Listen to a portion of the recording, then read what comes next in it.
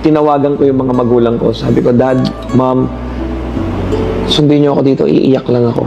Kasi hindi ko na kaya. When I saw yung mga sasakyan, gusto ko sa lahat silang basagin lahat. Totoo po to, Sir Julius. Kasi each one of the cars that I have, may story po siya papunta sa wife ko. Like for example, this certain car, gusto ko kapag meron kaming meeting, kasama ko siya.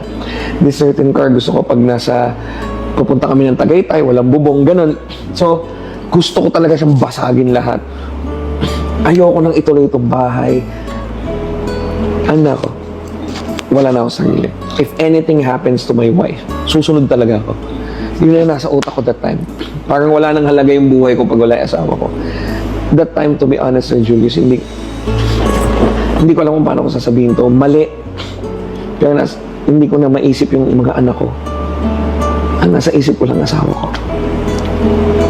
Ganun na po ka-deep yung nangyayari sa akin. Ganun na kadilim yung nasa isip ko. Na ultimo mga anak ko, hindi ko na siya naiisip. Ang naiisip ko lang asawa ko.